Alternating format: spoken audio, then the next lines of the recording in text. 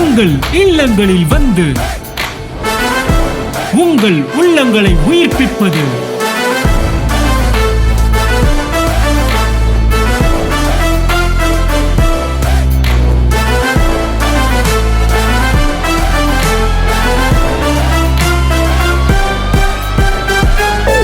உங்கள் channel DJ.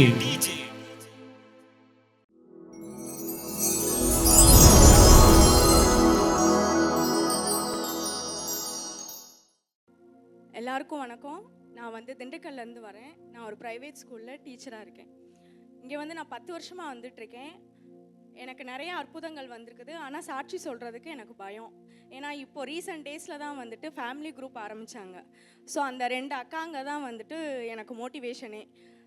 Thanks for creating that family group. ஏன்னா எனக்கு கைடன்ஸே இல்லை. வருவேன், நல்லா அட்டன் பண்ணுவேன், எனக்கு ஃபேமிலியில் ரியாக்ட் ஆகும், என்னோடய லைஃப்பில் ரியாக்ட் ஆகும். I will enjoy, then I will move as it is. அந்த மாதிரி தான் இருந்துகிட்டு இருந்தேன். இப்போது எனக்கு ஒரு ஆக்சுவலி நிறையா லிஸ்டட் இருக்குது.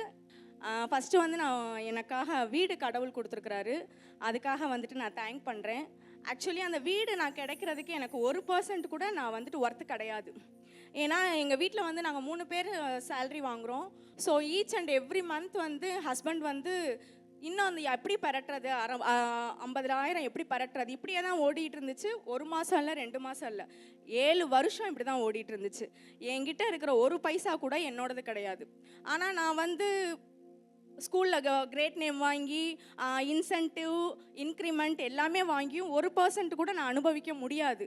அதே தான் என் ஹஸ்பண்டும். திண்டுக்கல் போயிட்டு இந்த 7 வருஷத்தில் அவருக்கு 4 promotion, government staff, 4 promotion, high salary, high posting.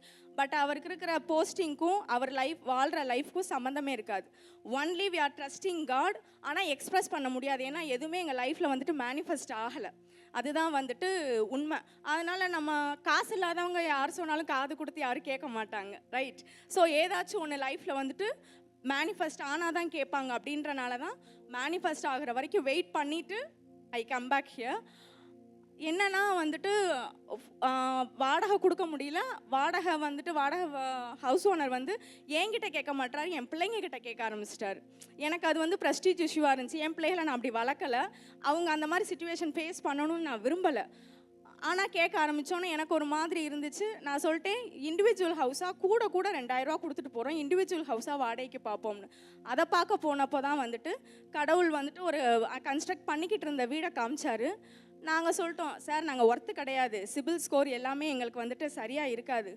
ஓகேனா நீங்கள் கொடுங்க, ப்ரொசீட் பண்ணுங்கள். இல்லை அப்படின்னா ஓகே சார் அப்படின்ட்டோம். நாங்கள் 20 நாள் ஆயிடுச்சு, 30 நாள் ஆயிடுச்சு. இவர் சும்மா இவரோட டீட்டெயில்ஸ்லாம் கொடுத்தாரு. கடைசி பார்த்தா எலிஜிபிள் ஆகிட்டோம்.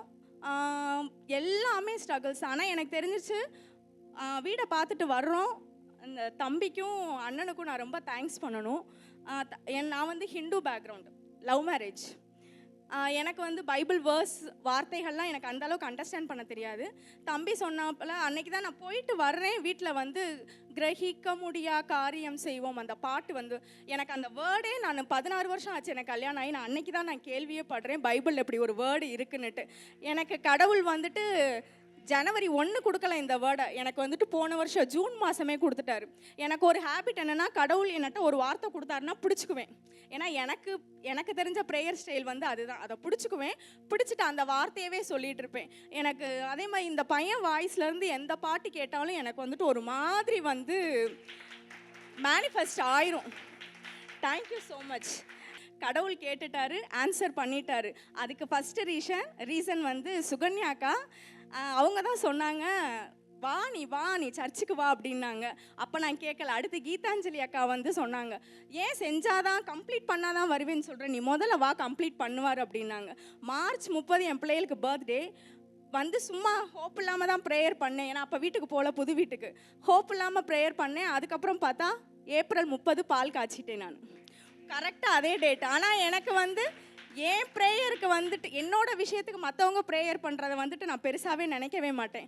ஆனால் கடவுள் தப்புப்பா, உனக்காகவும் 4 பேர் இருக்கிறாங்க, அந்த ப்ரேயருக்கும் வேல்யூ இருக்குது அப்படின்றத வந்துட்டு கடவுள் வந்து ஈச் அண்ட் எவ்ரி திங் ஃபினான்ஷியலாக மட்டும் என்னை கரெக்ட் பண்ணல, கேரக்டர் வைஸாக ரொம்ப சேஞ்ச் பண்ணார். இப்போ நான் வந்து எங்கள் வீட்டில் யாரும் சொல்ல மாட்டாங்க நீ தமிழ் ஹிந்து பேக்ரவுண்ட்லேருந்து வந்தேன்னுட்டு. நான் தான் எங்கள் வீட்டில் மற்றவங்களுக்குலாம் சொல்லிக்கிட்டு இருக்கேன் இப்படின்னுட்டு. ஸோ கடவுள் வந்துட்டு 60 lakhs அரவுண்ட், அந்த வீடோட மதிப்பு 60 lakhs.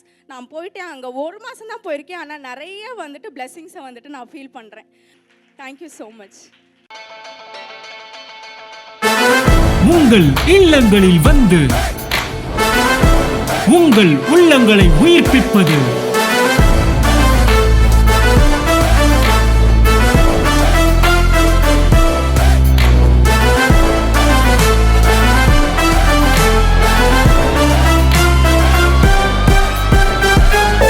உங்கள் சேனல் டிஜே.